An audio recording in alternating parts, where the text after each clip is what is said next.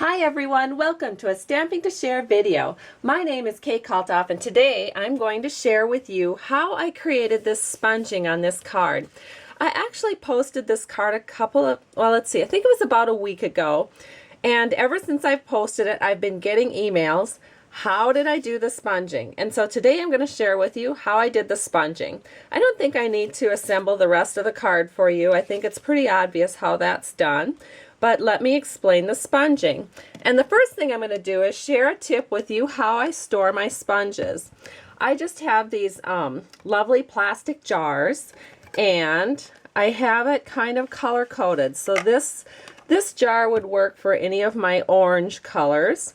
And then what I do is I just keep all sponges related to orange in this jar. That way I don't have to clean them every time, especially if I'm just using them for a little bit.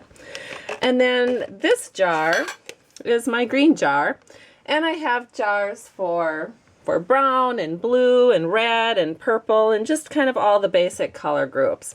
And that way it's just real handy, and I keep them in my office. Just love that. So let's go ahead and get started with the sponging. So I'm going to take a couple of my sponges here from the orange jar and a sponge from my green jar and get that set aside. And then you're going to need just a standard paper panel to fit on a base card. So this would be 4 inches wide by 5 1/4 inches tall. And then you want to make sure that that is nice and secure on your paper. And I know that Stampin' Up! Does not sell Dato, but I really don't know what else to use in place of that. It's just a great temporary adhesive. So I continue to use it.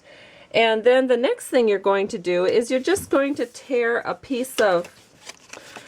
a longer piece of paper in half. And so that's all I did. This is just, it doesn't matter what color or kind of paper it is, you're just going to tear it in half. And this also needs to be secured to your paper because the sponging motion can loosen up that paper, and we don't want it to wiggle on us while we're sponging. You've noticed I've drawn a couple of lines here. That's just a guide so that I know where the end of my paper is, and I know I want to keep this fairly tight to the top of the paper. So again, just for sake of convenience, I'm going to temporarily adhere Dato to this, and we're just going to put it, I think, about right here. And then we're going to do the same thing to this other paper, and I'm just going to make a width about, I think that looks good. So, you know how art is, a little here, a little there. It doesn't have to be exact. That's one of the first things that I learned as a Stampin' Up! Demonstrator, which I really didn't know as a customer, but as a demonstrator I learned that really you don't need to be exact. It just needs to be approximate. So I'm inking up my sponge with the Cajun Craze, and all I'm doing is sponging it on the paper. And you'll notice how rotten that looks, but don't worry, it gets better with time, because the next thing I do is I kind of swirl it in there. And I've noticed with these new ink colors that it goes on really, really dark. But don't fear, because actually it dries light and it'll look just like the exact color it's supposed to look. So there's that one. Then we're going to take another sponge and we're going to ink it up in the pumpkin pie, and we're going to go through the middle of our card with the pumpkin pie.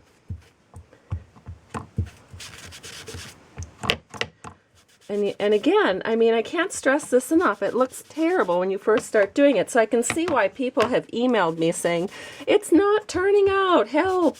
And so I assure you, I'm sure that yours look just like mine, and as mine is looking now. And it really will turn out. You just have to trust. You have to have faith. So here we go. We're doing a little more. You can see I'm kind of swirling it on too.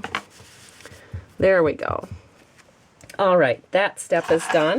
Then the next thing we're going to do is open up our olive green ink pad, and we're going to put some olive green ink on the rest of this section.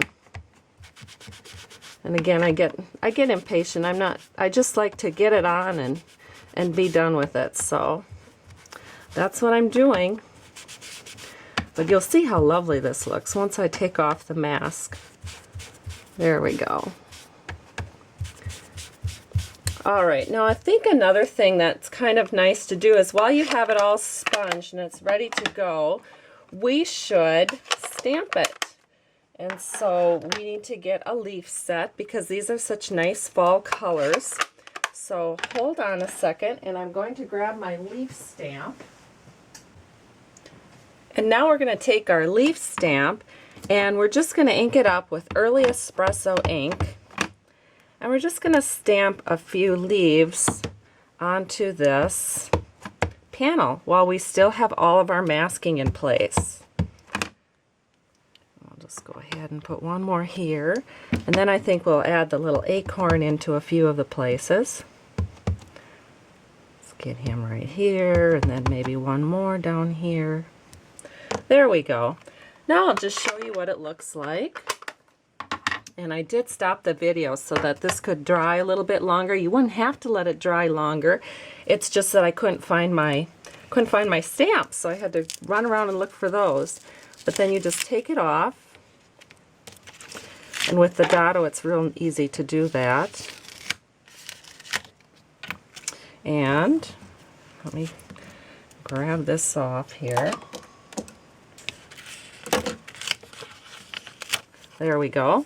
And there you can see the completed panel.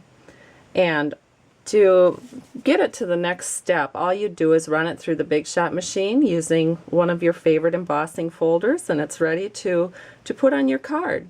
I hope you've enjoyed this video and that it answered some of your questions about inking with the mask. Have a great day, and thank you so much for stopping by Stamping to Share. Bye-bye.